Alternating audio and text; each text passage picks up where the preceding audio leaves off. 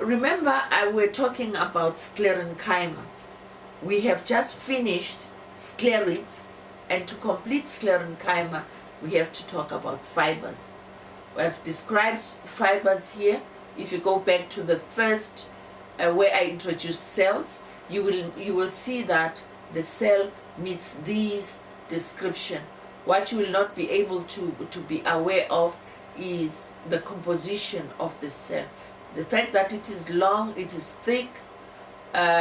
This here is not known to you, but the fact that it is hard, you saw by the double layer. Elastic rather than plastic, it tells you about the ability of the cell to bend without breaking. It is not plastic, it is elastic. All right. Lignified, lignification is the process of thickening of the wall. Pitted are the holes through the wall. Location in the plant, we will observe that there are two locations. In dicots, mainly in the vascular tissue, and in monocots, it is around the vascular bundles. Please note, in and around. In the vascular tissue means it is part of xylem and it is part of phloem. In monocots, we will find it strengthening the cell on the outside, being associated with it on the outside. Okay. Fibers are strong cells, but we consider that there are fibers that are hard and there are fibers that are soft. Fibers of the phloem are considered to be soft fibers, and fibers, especially in monocot leaves and in xylem, those are hard fibers. Remember, a grass leaf can cut you, and the ability for it to cut is because it has these hard cells in it. These fibers are strongly lignified. Okay. The fibers that are soft end up being the fibers that we use when we want to make material, which unfortunately we also call fibers. Material or emayadi are not biological fibers. When we say fibers in biology, we mean a single cell. Okay. This will tell you the plant and the location of the fibers.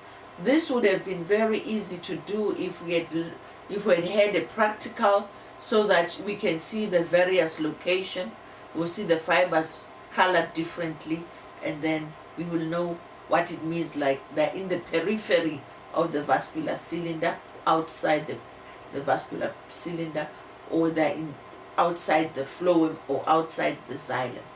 So these are just examples of phloem fibers or the soft fibers, and here these are phloem fibers or soft fibers which are being used economically. Okay.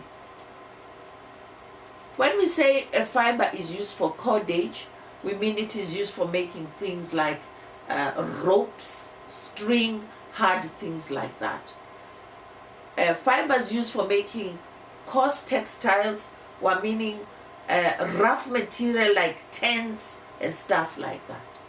But when we are talking about textiles, we are talking about material that we can use to wear. Okay.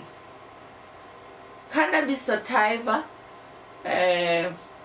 we all know what cannabis is.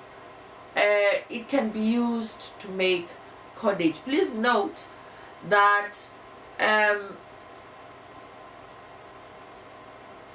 okay, I'll talk about it later. Okay, hibiscus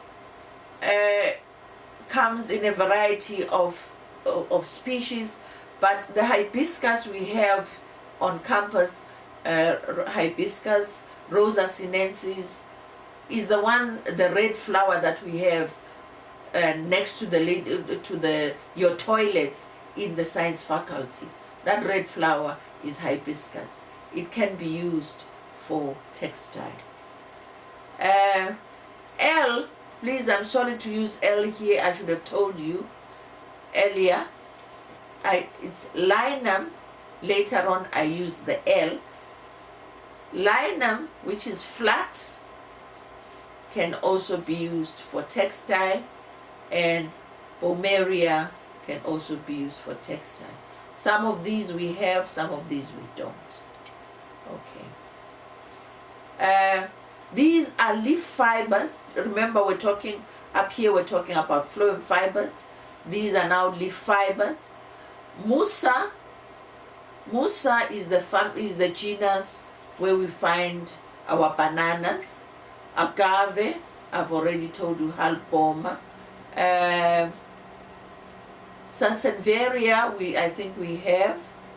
These are mainly used for cordage. Now, Ananas commosus, that's the one I wanted to tell you about earlier. We have it here, we call it pineapple, but unfortunately in our country we only look at pineapples as a fruit. But the leaves of pineapple or the crown of pineapple can be processed to make beautiful textiles. Lots of these are produced in the Philippines, where pineapples are very common. Okay, let's see here. Okay, now these are lengths of individual fibers. The length of an individual cell. Please note, we only see cells under the microscope. So when we are saying this cell is very, very long, and we are stating 0.8 millimeters to 6 millimeters, 6 millimeters is quite big. This one is a huge, long cell.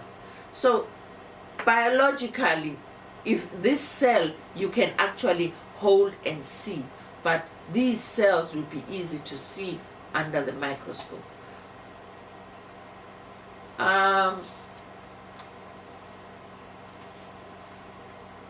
Okay, these are the lengths of leaf fibers. This is what I want you to be aware of. The fact that there are things that are called fibers, but they are not fibers in botany. For example, in Swaziland we grow cotton, and we know that from cotton we get the wool, and from the wool we'll make textiles. The wool of cotton is not a fiber. It is an epidermal hair of the seed. They pull this cotton from outside the seed. These are not fibers, these are epidermal hairs in botany. Raffia looks more like palm, and the fiber you get from the leaf is not a fiber, it is actually a segment or part of the leaf. Sometimes, like in palm, we use part of the stem to produce a commercial fiber we call rattan, and this is not a botanical fiber. So in short, when we say fiber in botany, we mean a single cell. When they say fiber in commerce, they mean a material, and some of these materials are actually not made from biological fibers. Okay, thank you.